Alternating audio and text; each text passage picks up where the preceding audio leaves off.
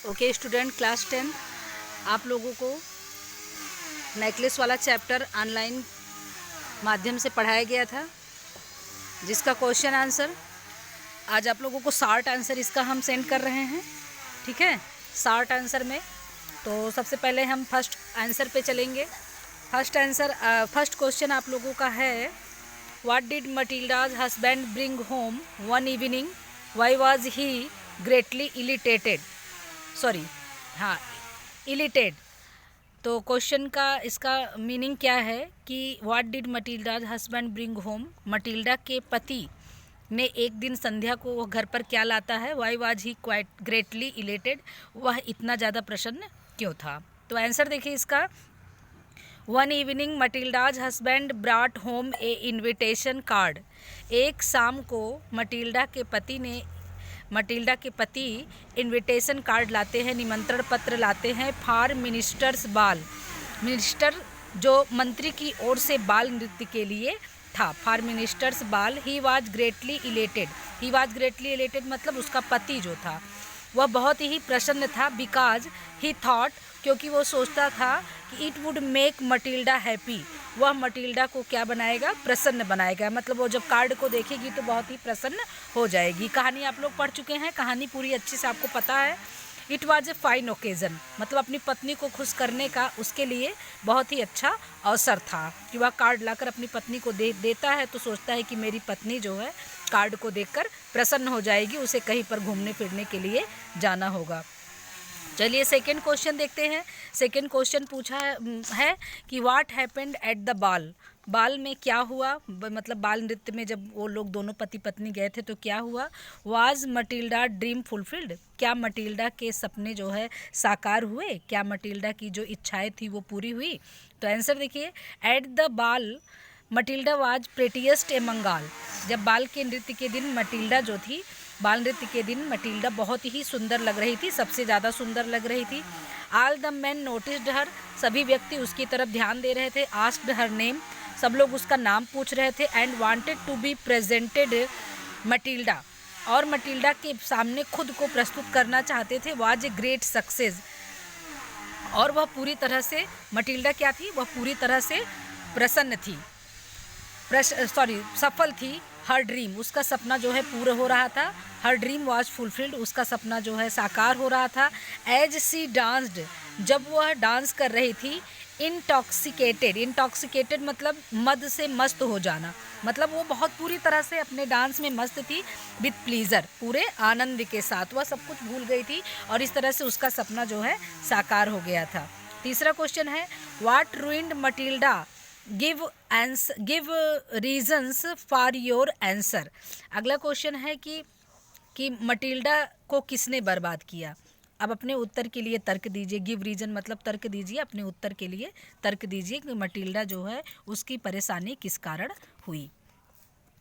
चलिए सेकंड देखिए, इसका आंसर देख लीजिए। इसका आंसर है, it was her irrational desire.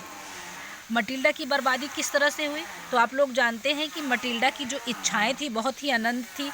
वह एक साधारण कलर के साथ उसकी शादी हुई थी, जबकि उसके ख्वाब जो थे वो बहुत ही ऊंचे थे। तो उसका जो तर्कहीन जो इच्छा थी, इरेशनल डिज़ायर जो थी, दैट रूइंड मटिल्डा, यही उसकी बर्बादी का कारण बनी।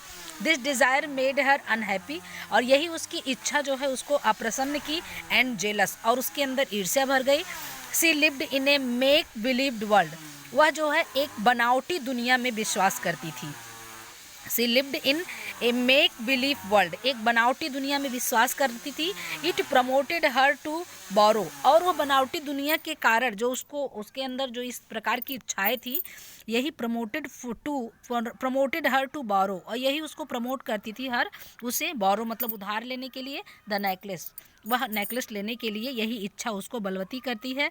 थस हर इरेशनल डिज़ायर, इस प्रकार उसकी जो ये इरेशनल डिज़ायर है, उसकी तर्कहीन इच्छा है, रूइंड मटिल्डा, मटिल्डा को क्या करती है, रूइन करती है, बर्बाद करती है। फोर्थ क्वेश्चन आते हैं, what did Loisel do to replace the necklace. आप लोग जानते हैं कि जब वो बाल नृत्य में गई थी मटिल्डा, तो उसका वो नेकलेस वो खो गया था। तो वो लोग किसी से उधार लेकर आए थे, किसी से मांग कर लेकर आए थे, तो अब उसको उसके स्थान पर कुछ देना था। तो वो लोग क्या करते हैं, क्वेश्चन पूछा गया, आंसर देखिए, to return the lost necklace, खोए हुए हार को लौटाने के लिए बोथ ऑफ देम, दोनों पति पत्नी, हैड टू हार्ड वर्क, उन्हें कठिन परिश्रम करना पड़ा। दे बारोड मनी, उन्हें पैसा उधार लेना पड़ा and even used the money left by mister losses father, और जो मिस्टर लॉसेल के पिता ने पैसा अपने लिए बचा कर रखा था उसे भी उन्हें खर्च करना पड़ा। The necklace was ब्राट for 36,000 Frank, और वो नेकलेस जो है 36,000 फ्रैंक में ख़रीदा गया एंड गिवन बैक मिस्टर फॉरेस्टिस, और मिस्टर फॉरेस्टिस को उन्हें देना पड़ा क्योंकि मिसेस फॉरेस्टिस से वो लोग उसको उधार लेकर आए थे और इस तरह से उन्होंने अपना वो कर्जा चुकाया। अगला क्वेश्चन है, इंपॉर्टेंट क्वेश्चन है, what is the twist at the end, कहानी में नया मोड़ कब आता है ऑफ द टेल, इस कहानी में द नेकलेस कहानी में नया मोड़ कब आता है, उसमें ट्विस्ट कब आता है।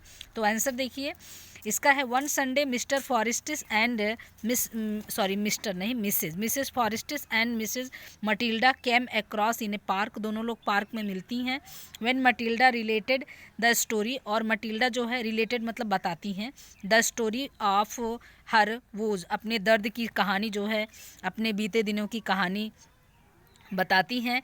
मिसेस फॉरेस्टिस वाज टच्ड, मिसेस फॉरेस्टिस का जो दिल है वो टच्ड मतलब पिघल जाता है, उनका दिल पिघल जाता है, उन्हें दुख होता है। सी रिप्लाइड, सी वो उत्तर देती हैं, ओ माई पुअर मटिल्डा, ओ मेरी बेचारी मटिल्डा, माइन वेयर फॉल्स, कहने का मतलब मेरा जो हार था वो नकली था। They were not worth over 500 franc, वो 500 फ्रैंक से भी ज़्यादा कीमत का नहीं था। तो इस तरह से आप लोगों के इस चैप्टर में, नेकलेस चैप्टर में जो शार्ट आंसर था, इम्पॉर्टेंट क्वेश्चन था, उसको हमने आप लोगों को करा दिया। इसका लॉन्ग आंसर आप लोगों को हम कल भेजेंगे, ठीक है। और आप लोग पूरी ईमानदारी के साथ इसको लिखिएगा और याद करिएगा, ठीक है। जल्दी ही आप लोगों को ये सूचना जाएगी कि आपका फर्स्ट प्री बोर्ड जो है कब होगा। ओके, पूरी ईमानदारी से आप लोग इसको देखिएगा और इसको कॉपी में लिखिएगा और याद करिएगा। Okay, thanks.